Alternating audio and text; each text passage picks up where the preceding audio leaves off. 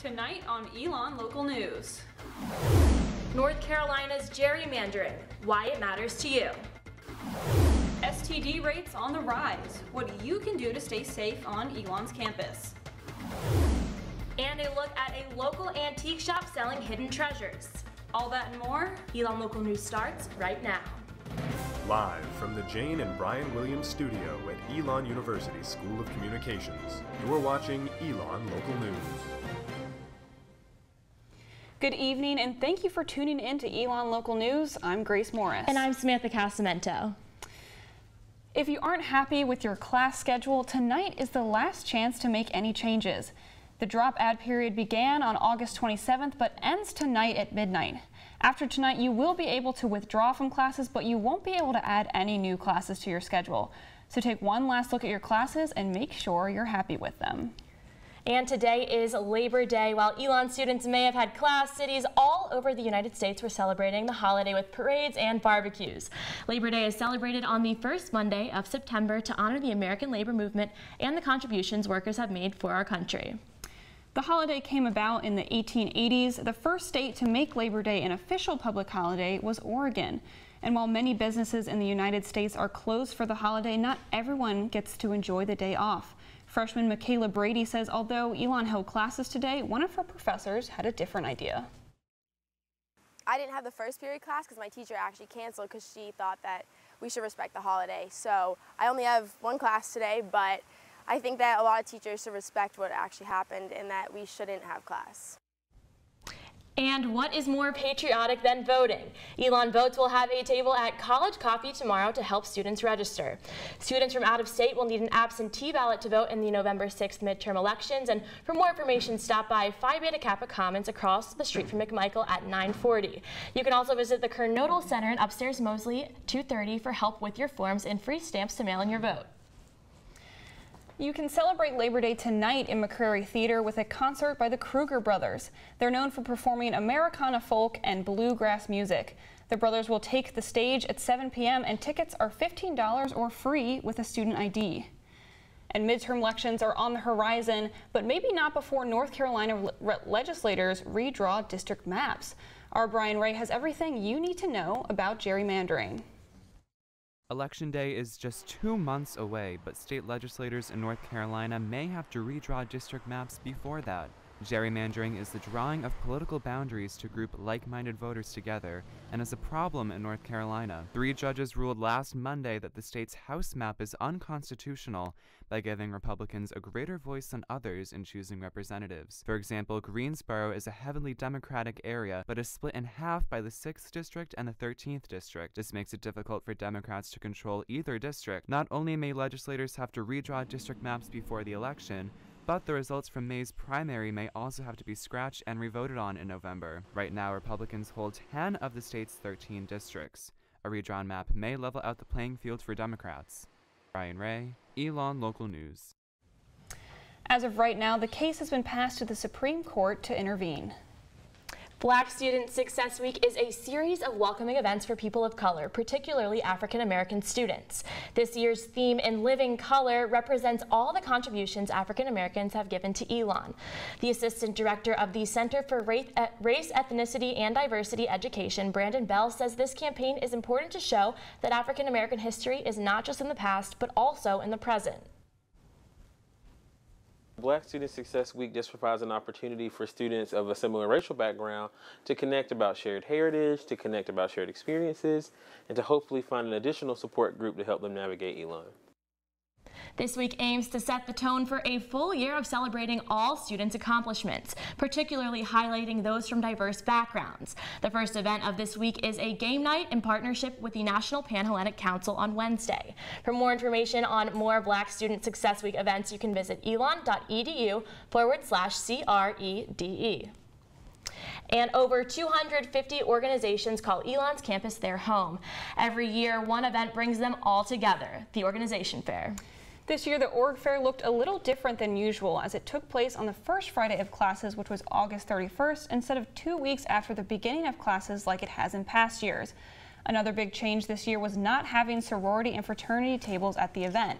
Instead, there will be a separate organization fair for them in Alumni Gym on September 7th. According to Jenny Shishulke, the Associate Director of Student Involvement, the reason for this change is to make sure that students understand the different requirements involved in joining Greek life organizations. Shishulke says that she thinks the change is a real improvement from past organization fairs. There's a lot of research that shows that helping students get connected in their first 6 weeks on campus, it impacts them throughout their entire 4 years. And so if we are making good steps to help students create those pathways to involvement, then we're doing our job. I walked around Org Fair and asked students how many organizations they were signing up for. Out of the 30 students I talked to, the average amount of clubs that they were signing up for was around 5. Now, if you didn't make it to the organization fair, you can always go online to Phoenix Connect and get connected with the organizations you want to join. And before your schedule fills up, be sure you make time to take care of your mind and body. We have Elon's Director of Campus Recreation and Wellness, Larry Mellinger, in studio to talk about changes to their program. Thank you for joining us. Yeah, glad to be here. All right, so Sparks and Campus Recreation and Wellness merged this year. So can you explain to us a little bit of the goals that you guys have for the merge and the two groups coming together? Yeah, absolutely. So we came together as a result of a work group and recommendations that came out of that work group. So over the course of the year, we're trying to do a couple things. The first is to make sure that we are celebrating the rich history and traditions of two great organizations, because we have all been serving populations for a long time and want to make sure we continue to do that. But as we do so, we also want to make sure that we're looking towards the future, what the future of wellness and well-being looks like for our students, faculty, and staff on campus, and taking the opportunity to see how we can really integrate those two departments to make sure that that's happening for a long time.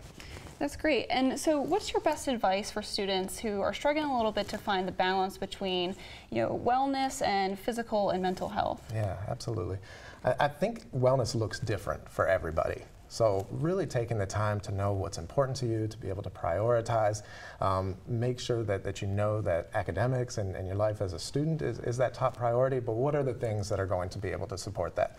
And that's going to be a variety of different pieces, right? You want to take care of yourself physically, making sure you're in good health, eating right, taking time to exercise, but you also want to make sure that you have good social and community connections so that you feel like Elon is a home for you and that you feel supported within this community. And then, so we heard about Phoenix Walks with President Connie Book. Yeah. So how does that align with the new wellness initiatives? Yeah, absolutely. Since the day that President Book came onto campus, she has been amazingly supportive of wellness and well-being initiatives, and this is just one of the many examples that we have since she's been here since March. I think it's a great opportunity for us all to come together as a community, do something that's physically active and brings people together to start your day, and I'm really looking forward to Campus Recreation and Wellness being a small part of that. Well, thank you so much for joining us. President Connie Book's first walk around campus is happening tomorrow. Each Tuesday at 7 a.m., President Book will lead a 2-mile Phoenix walk around campus, starting and ending at the entrance to Campus Recreation and Wellness. All members of the Elon community are welcome to join, and in case of rain, the walk will be held in the concourse of the Schar Center. Our Rachel Ellis will have that story for you on our website and ELN Morning this Thursday.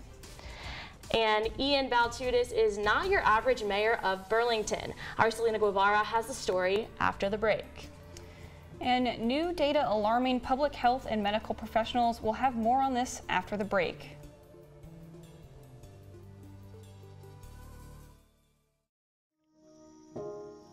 This is the story of a boy who didn't talk for a long time. The boy liked things to always be the same. Any changes would scare and upset him. The unknown was an unfriendly place. The boy was very sensitive to lights and sounds. So he built secret hiding places where they couldn't get in. The boy didn't like looking people in the eye. He wasn't trying to be mean, it just made him feel uncomfortable. Sometimes he would flap his arms again and again. One day, I found out I have something called autism. My family got me help. Slowly, I found my voice and learned all the ways I could live with it better. Early intervention can make a lifetime of difference. Learn the signs at autismspeaks.org. Here's to the things that can keep us safe. Those we use all the time with hardly a thought. Those that are silently standing by to save our lives. And now, those that we carry with us everywhere we go. Many mobile devices will now bring you wireless emergency alerts, real-time information directly from local sources you know and trust. With the unique sound and vibration, you'll be in the know wherever you are. Hey, I'm Tyler Perry. Do you know what hunger in America looks like? Well, it has many faces, and 16 million of those belong to children. Yet billions of pounds of food go to waste each year, and this is unacceptable. You can be a part of the solution. Join us in supporting the Feeding America nationwide network of food banks, which rescues our surplus foods and provides meals to many families in need. Visit feedingamerica.org today. Together we can solve hunger. Together, we're feeding America. It's a beautiful day out here. Sunny today with light breezes, giving way to clouds in the afternoon. We could see some light precipitation to moderate precipitation later on, followed by powerful storm-like conditions. 90 miles per hour winds are expected. Authorities are asking everyone, stay indoors. Come on, that's it. Let's go.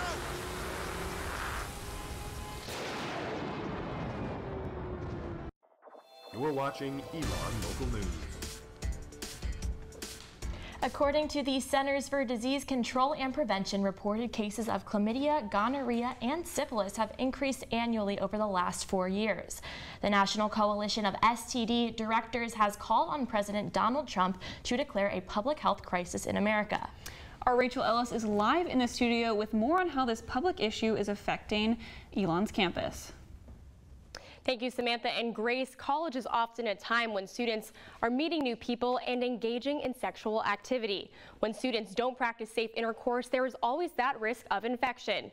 I spoke with Elon University Dr. Jeanette Archnall about how these trends are affecting campus. She says even dating apps are contributing to the reported increase. Archnall worries that many students feel there is no reason to get checked, but says the responsibility is on the individual. There's no accountability. You can know you have an STI and you know you're never going to see somebody again and they may not even know your real name. So it's very easy then to say, oh, I don't care.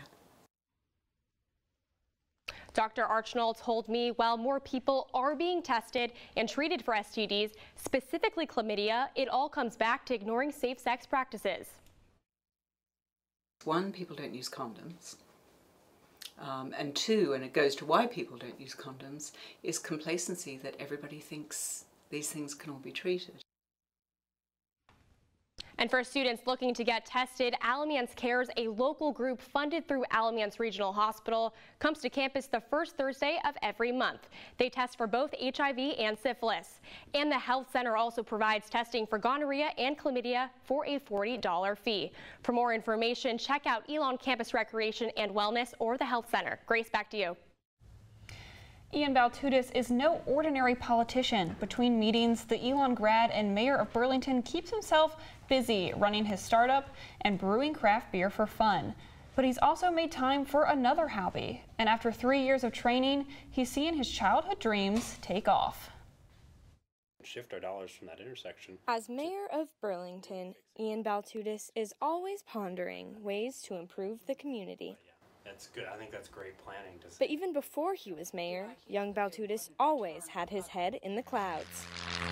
He dreamed of becoming a pilot. After his dad gave him his first model plane, he obsessed over the real ones. Back before you had to go through TSA to go to your gate, you could actually go and sightsee at the airport, and that was one of my favorite activities as a kid. But when he was in high school, the aspiring pilot was forced to change his course. Fear after the September 11th terrorist attacks caused jobs in aviation to plummet. But that dream of flying kind of never died. After years of being grounded, Baltudis' childhood dreams are finally taking off. Since 2015, he's squeezed 62 hours of training into his busy schedule. Which tells you how quickly you're climbing or descending. One of the best parts for him? Having a different perspective on the world around us. And even getting to see the changes he's made on the ground as mayor. We've been upgrading all our city streetlights to LED. And it was fun to watch all those roads that used to be bathed in amber light become bathed in snow white light. I had to ask if he has any regrets. I think childhood me would be a little upset that I didn't actually pursue my career goal of becoming a pilot. But he assured me he loves his job as mayor.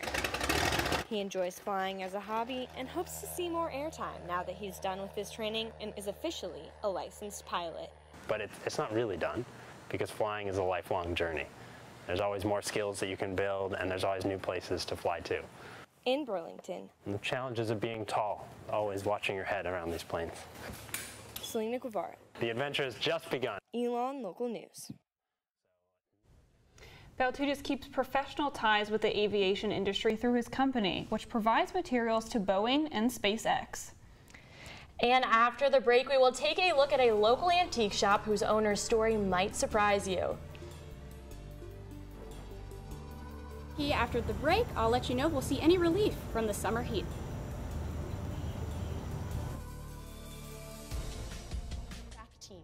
And if I'm late, She doesn't really think she's going to get out of here, does she?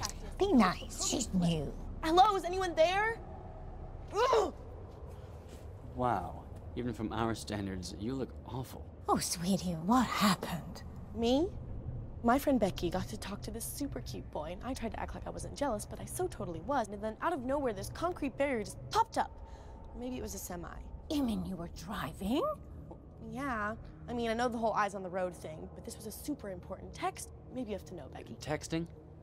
Great. But it was only like 5 seconds, and I'm a really, really fast texter, so it wasn't even a big deal. Actually, has she texted me back yet? Wow, I get like no bars in this place. I wonder if they have Wi-Fi here.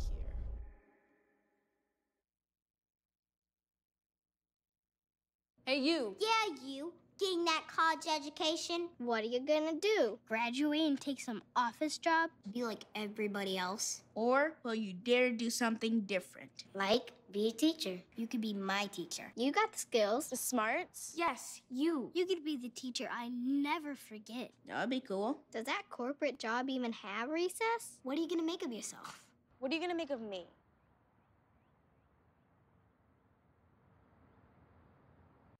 You make me wear my bike helmet. Taught me never to run with scissors. And to follow the swimming rules. You tell me to stay away from drugs. To always buckle my seatbelt. So why do you keep a loaded gun in your drawer? How safe is that?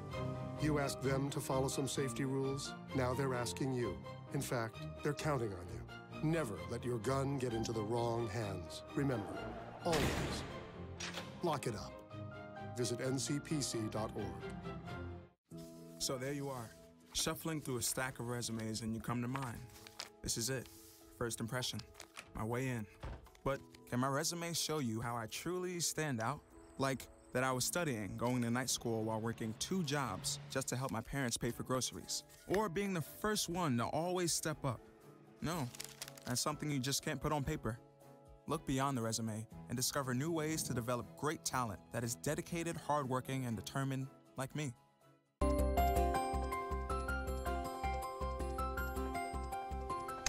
It is extremely hot out right now. I mean, this morning I was wearing a sweatshirt. I don't know why I decided to do that, because when I walked outside of my dorm, I just started to sweat. It was super hot. I know, just on the walk over to the studio, I was already starting to sweat, which didn't help that I was wearing a black shirt.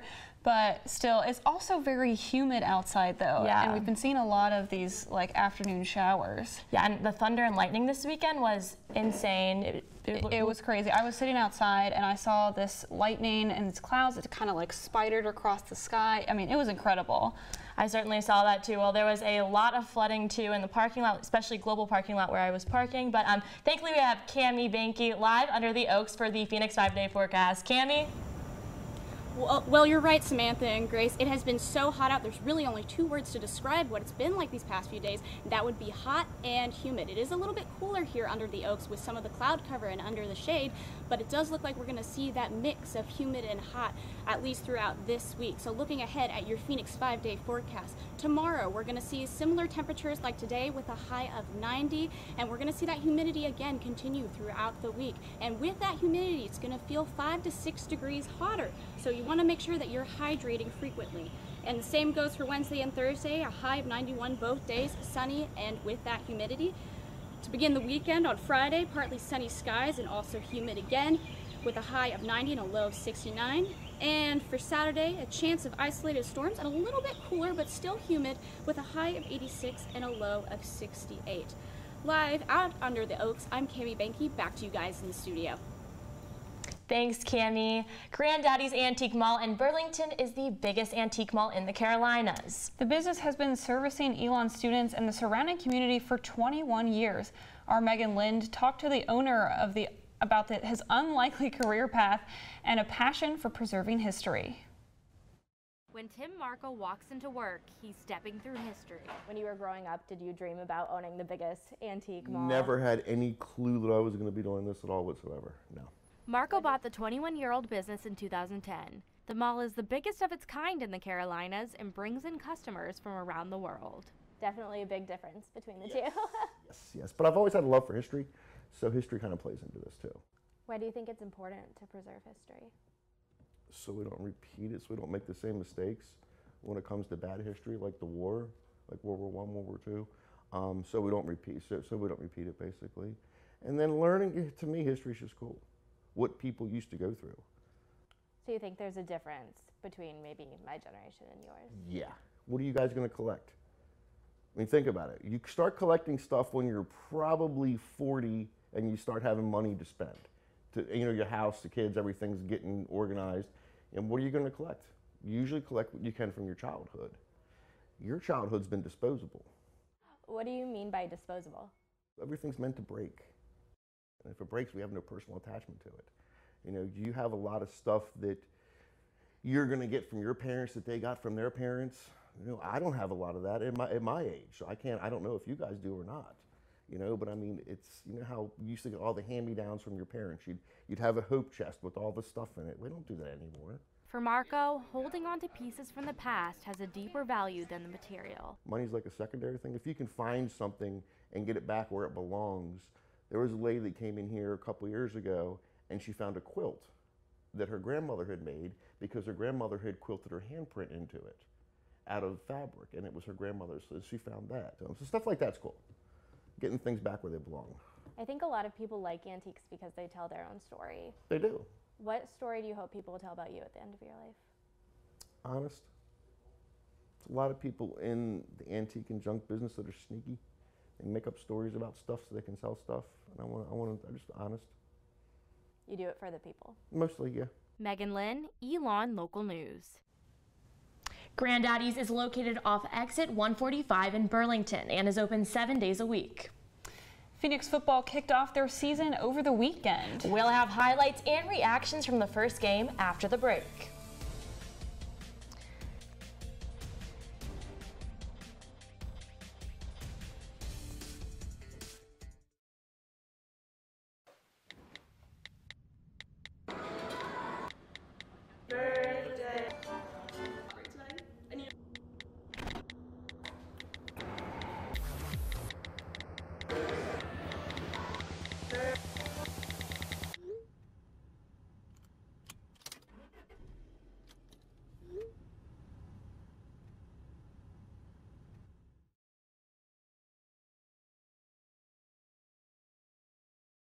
Open road, here comes the Heffley family. Whether it's a short trip or a long haul. Estimated time, 47 hours. They will beg. You're hungry? I'm happy to provide. They will plead. Deep fried butter on a stick.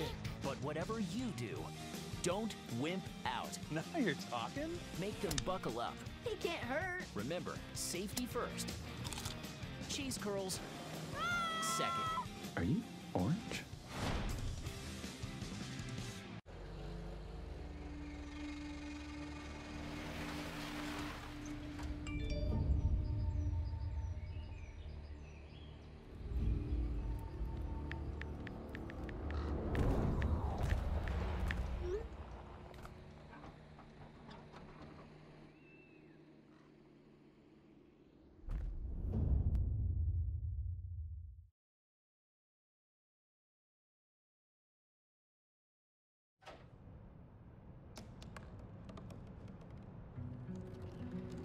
They said I couldn't dream.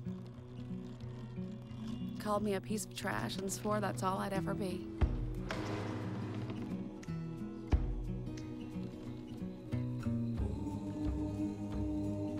Said a bottle couldn't see the ocean.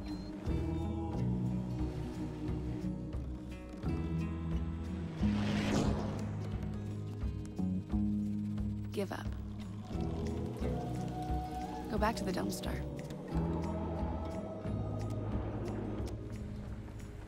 But I didn't listen. I made my way.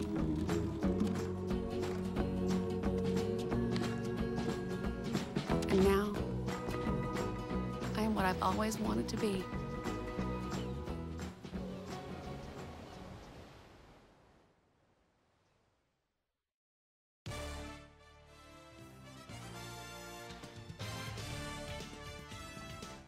Phoenix football is back. Alex Hager took a trip down to the Sunshine State to watch the Phoenix play and joins us live in the studio. Thanks, Samantha. Well, September is here, and for a lot of people, that means one thing: the return of college football. We're a week into the season now, and the latest FCS polls are out. Elon dropped down to 15th in the stats rankings that came out today after a little bit of a rough start to the season with a loss down at USF. Elon struggled early as they were just getting out-hustled and out-muscled by the more physical FBS opponent, but there were a few bright spots that give us a hint as to what we can expect from this year's team. Head coach Kurt Cignetti put a lot of trust in his running backs, opening up the game with 9 straight run plays. Malcolm Summers led that charge, taking 11 handoffs for 49 yards in the first quarter alone. It was his first game back since a torn hamstring knocked him out of the season last October.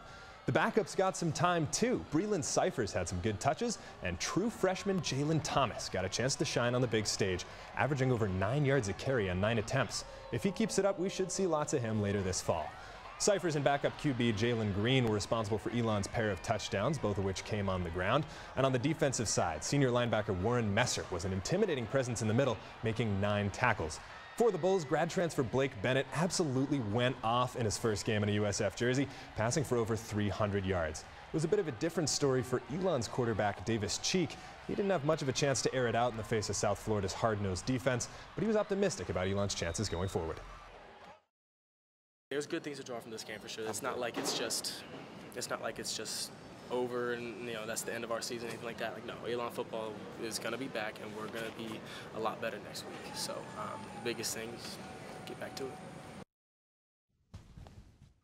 And they'll be getting back to it right away with not much time to turn it around. The Phoenix comes home to Rhodes Stadium at 6 p.m. this Saturday for a showdown with the Furman Paladins. That's the team that knocked them out of the playoffs last November.